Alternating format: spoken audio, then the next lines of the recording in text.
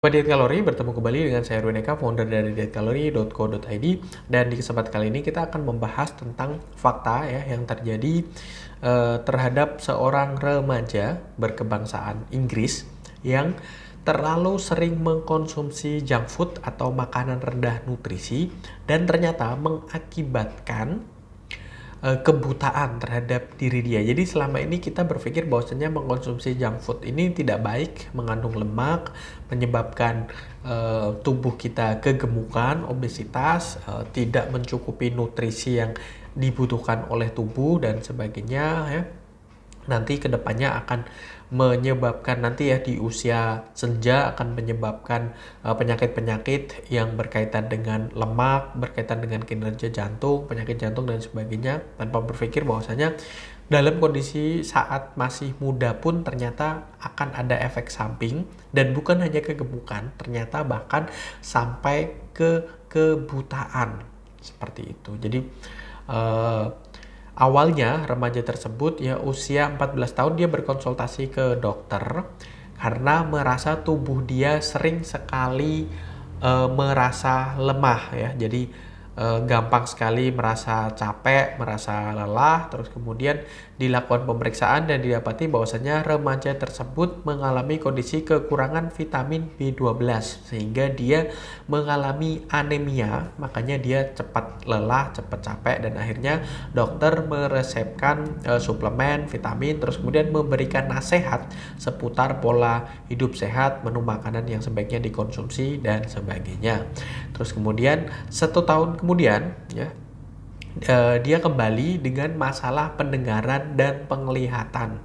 Dokter terus kemudian melakukan hasil pemeriksaan di seluruh tubuh ya dengan menggunakan MRI ya, dan didapati bahwasanya remaja tersebut sebetulnya kondisinya normal, semua organ tubuh berfungsi dengan baik, tidak ada kendala.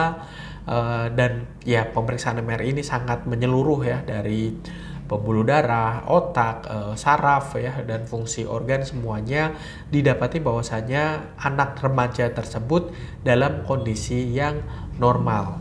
Terus kemudian ya 2 tahun selanjutnya ya di usia dia tepat 17 tahun ya, masalah remaja tersebut ya, masalah kesehatan yang terjadi terhadap remaja tersebut makin buruk ya, terutama di penglihatan ya. Setelah dites kemampuan dia, penglihatan dia, terjadi hal yang cukup sangat mengejutkan, yaitu anak remaja tersebut ya memperoleh skor dari hasil uji penglihatan 20 dari seharusnya 200 yang biasa diujikan. Jadi 20/200 atau bahkan bisa disebut anak tersebut mengalami kebutaan seperti itu.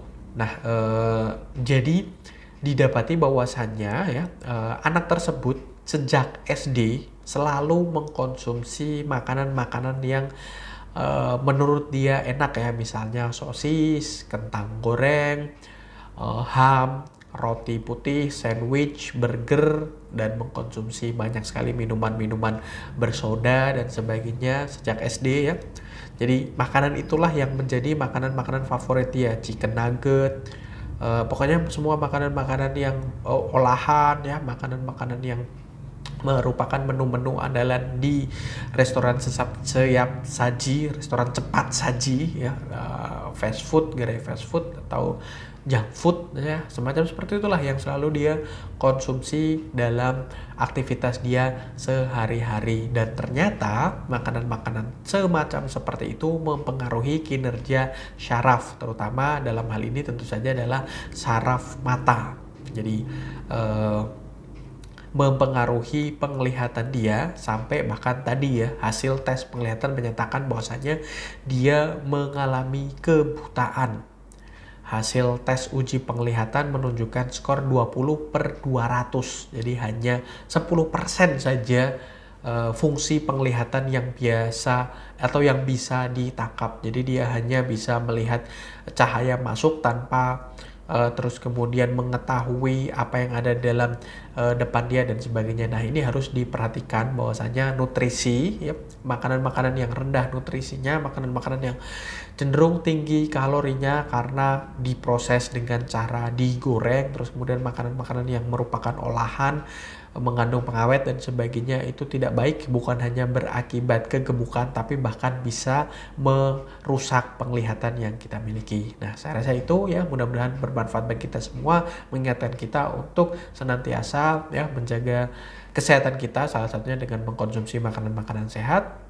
Semoga bermanfaat ya. Jangan lupa like, comment, dan share serta subscribe bagi yang belum subscribe, dan follow sosial media kami yang ada di bawah ini. Dan sampai bertemu kembali dengan kita dari dietkalori.co.id.